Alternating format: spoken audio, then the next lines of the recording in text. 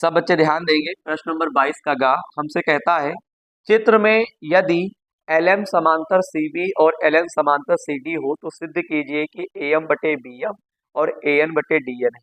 और इसमें आपको एक फिगर दे रखी है। जब भी कभी दिया है, मतलब कि इन सवालों में क्या होता है, दिया है लिखना पड़ता है, सिद्ध करना लिखना पड़ता है और उपपत्ति लिखना पड़ता है।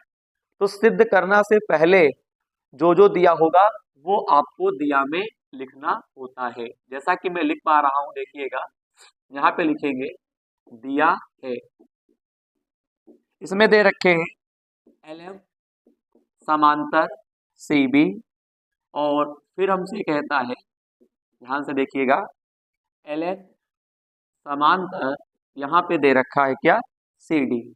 फिर हमसे क्या कहते हैं, सिद्ध करो, यानी कि आपको सिद्ध करके दिखाना है, सिद्ध करना है।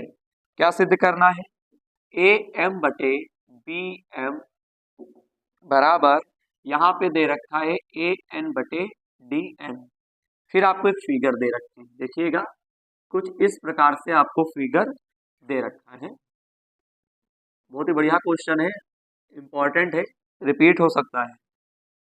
ये देखिए इस प्रकार से आपको फिगर ये दे रखे हैं और फिर यहाँ पे दिया है AM BC DE और ये हो गया F नहीं है, यहाँ पे यल है, यहाँ पे दे रखे AMB ALC AND। अब बात आती है इस क्वेश्चन को सॉल्व कैसे करेंगे। देखो ये फिगर है, ये दिया है, ये सिद्ध करना है। अब हम तीसरी डालेंगे हेडिंग उपपत्ति। उपपत्ति का मतलब होता है हम इसको क्या करेंगे, हल करेंगे। हल कैसे करेंगे, सुनिएगा, सुन लो। देखो ये एक त्रिभुज है, देखो मैं एक त्रिभुज ले रहा हूं, त्रिभुज ABC में ऊपर वाला, आप ऊपर वाला लो पहले चाहे नीचे वाला, तो त्रिभुज ABC में, तो इसमें क्या है, LM जो है, ध्यान दीजिएगा, LM समांतर है CB। किसी त्रिभुज के अंदर अगर दो भुजाएं समांतर होती हैं तो उसमें BPT का नियम लगता है, जिसको बोलते हैं बेसिक प्रोपोर्शन थ्योरम। यानी कहने का तात्पर्य है कि यहाँ पे जो भुजाएं होंगी वो समानुपाती होंगी। ये क्वेश्चन जो है ये समरूप वाले चैप्टर से आया है। मैं बताता हूँ कैसे। देखो LM समांतर CB है तो इसको लिखा जा सकता है, बेटा देखो इसको क्या लिखा जा सकता है, AM, क्या लिखा जा सकता है, AM, फिर MB, को समझ पाए, यानी AMMB बराबर फिर AL और फिर LC। इसको समीकरण नंबर 1, ये किस नियम से लिखा गया है, BPT के नियम से। ये आपने प्रमेय पढ़ी होगी, थेल्स प्रमेय, बहुत इंपॉर्टेंट है पेपर के लिए। BPT का नियम वहीं से आता है। तो उसमें क्या होता है कि अगर कोई एक त्रिभुज है और उसकी अगर दो भुजाएं समांतर है, तीसरी भुजा भी क्या होगी, परस्पर समांतर ही होगी। कुछ ऐसा था, आप लोगों ने पढ़ रखा होगा। तो यहाँ पे लिखेंगे BPT के नियम से। समझ में आ गया, कुछ नहीं है, बहुत इजी क्वेश्चन है। अब आप नीचे वाला त्रिभुज ले लीजिए, ACD में, ACD में। अब इसमें देखो LN समांतर किसके है, CD के।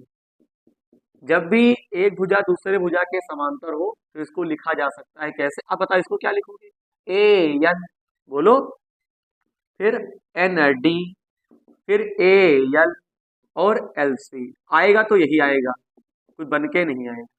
किस नियम से, टीचर खुश हो जाएगा क्योंकि भैया 4 नंबर का है, BPT के नियम से लिख देंगे। अब आप ध्यान से देखो, गजब वाली बात भैया, गजब।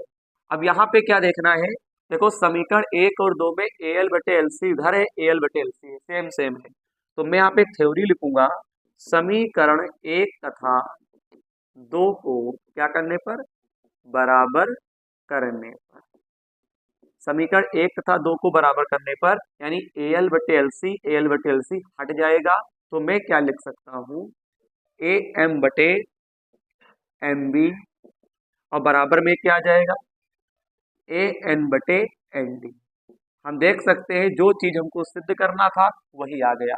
अब यहाँ पे dn दिया है तो nd को हो चाहे dn को, ठीक है, बात एक ही है। इसके नीचे आप चाहें तो ये छोटी मोटी इंग्लिश लिख सकते हैं, जिसे टीचर इसी को देख के भावुक हो जाएगा। तो इस प्रकार से प्रश्न नंबर 22 का हल कंप्लीट हो गया।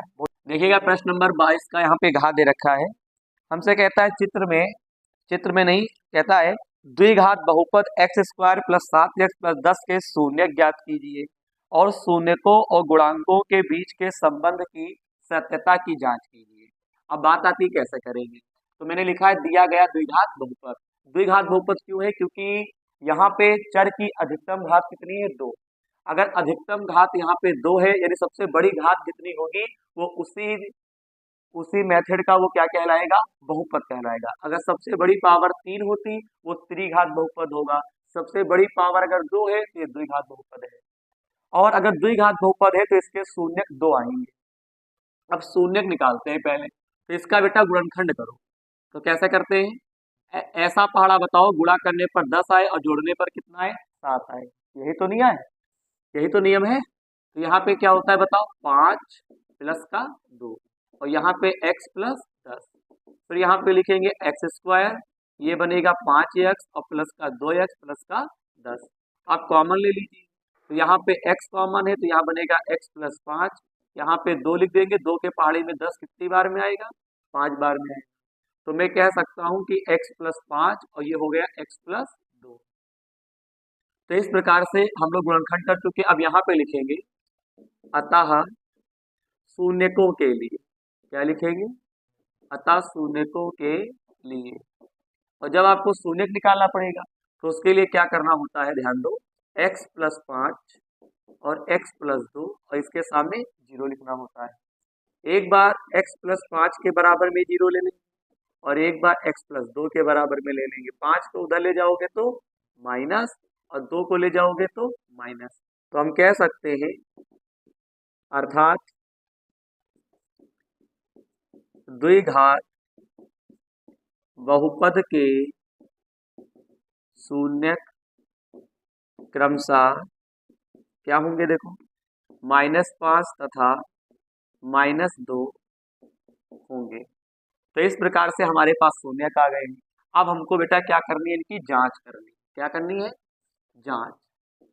जांच समझते ही हो, जांच कैसे करेंगे, तो जांच के लिए क्या सिस्टम है, सुनो, एक फार्मूला होता है। सबसे पहले हम सूत्र लगा देते हैं, शून्यकों का योगफल बराबर, ये एक फार्मूला होता है। तो शून्यकों का योगफल बराबर सूत्र होता है -x का गुणांक और नीचे x स्क्वायर का गुणांक। अब या तो शून्यकों का योगफल अलग से निकाल लो, ऐसे भी मान रख दो। ये फार्मूला होता है। इसका ये मतलब वो जो शून्यक लाए हो उनके उनके बीच में काहे का निशान लगाओ, बोलो, प्लस का लगा दो। देखो लगा दिया।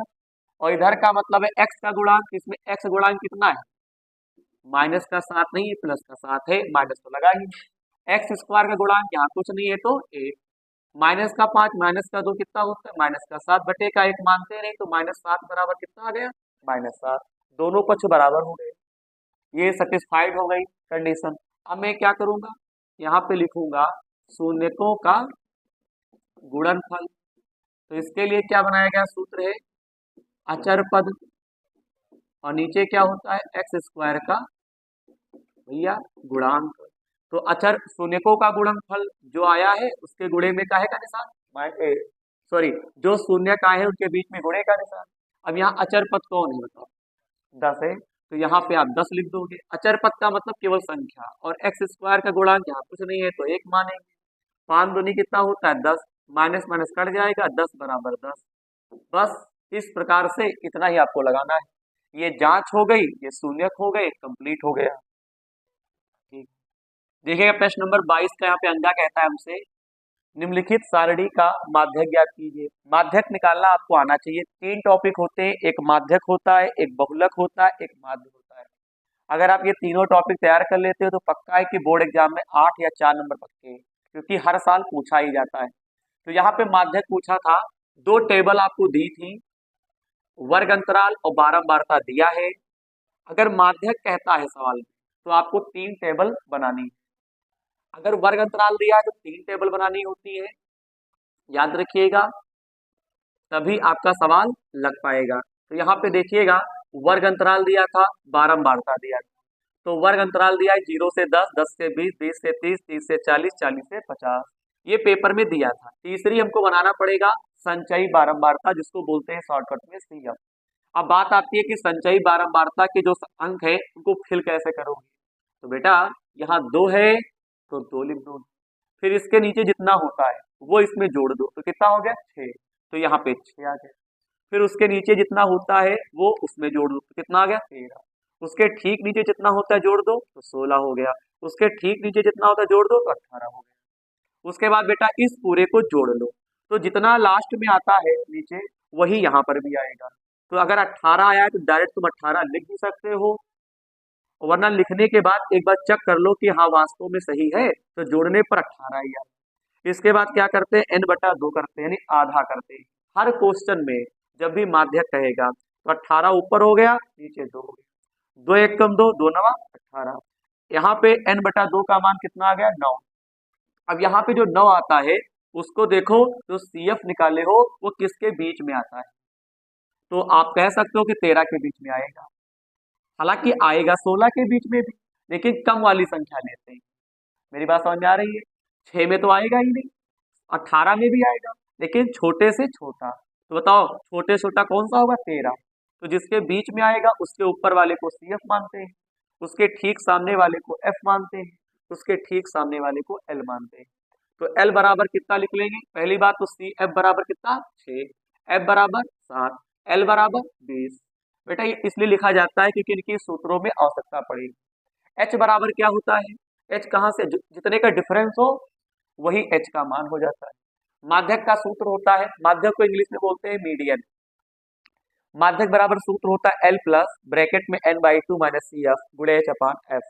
फार्मूला है L के स्थान पे 20 हो गया, n/2 का मान 9, CF का मान 6, F का मान कितना है 7 और ये 10।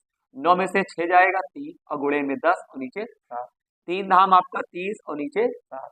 7 से भाग करोगे तो 4.2 आ जाएगा। 20 हमेशा कभी भी इस टाइप का कैलकुलेशन आ जाए तो तुम पहले क्या कर लो, भाग कर लो, उसके बाद इसको जोड़ा करो, कभी भी गलती नहीं होगी।